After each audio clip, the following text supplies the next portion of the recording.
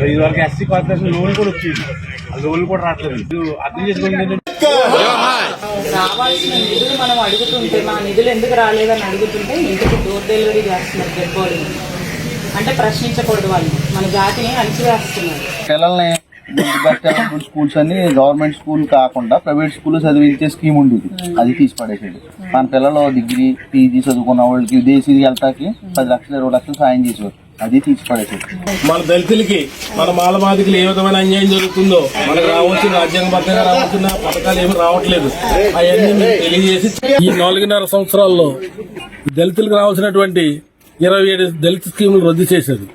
ఇంటింటికి తిరిగి ఈ స్కీములు రద్దు చేసిన స్కీముల గురించి, మనకు రావాల్సిన పథకాల గురించి అని చెప్తుంటే దళితులందరూ ఆశ్చర్యపోయారు. ఇన్ని స్కీములు ఉన్నాయా, మనకి ఎప్పుడు కూడా ఏమీ రాలేదు మాకు ఈ ప్రభుత్వంలోని అందరూ కూడా బాధపడుతున్న పరిస్థితి. మన రాష్ట్రంలో ఈ రోజు దళిత జాతి మీద జరుగుతున్న అన్యాయాల మీద మన రాష్ట్రంలోనే 3000కి పైగా కేసులు నమోదయ్యి ఉన్నా కూడా జగన్మోహన్ రెడ్డి వ్యక్తిగత జీవితాల్ని దోషించడానికి తప్ప దళితులకి జరిగిన అన్యాయంపై న్యాయం జరిపించాలని పోరాటం చేసిందే లేదు. దళితులు ప్రతి ఒక్కరు కూడా గమనించాల్సింది ఏంటంటే వైఎస్ జగన్మోహన్ రెడ్డి ఎవరి పక్షాన నిలబడుతున్నారా అనేది మనం గమనించుకుంటూ ఉండాలి.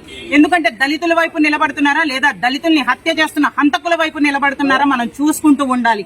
ఇది ప్రతి ఒక్క దళితులు గమనించి మన దళిత వర్గాన్ని కాపాడుకుంటారని ఈ 2024లో మన ఓట్లే ఆయన రాజకీయ భవిష్యత్తుకి లేకుండా చెయ్యాలని నేను ప్రతి ఒక్కరిని కూడా కోరుకుంటూ, ఆ వర్గాన్ని ఎలా అణిచివేయాలనుకున్నాడో ఆయన రాజకీయ భవిష్యత్తునే అణిచివేసే విధంగా దళితులు ఈ రోజు సమాధానం చెప్పడానికి సిద్ధంగా ఉన్నారని.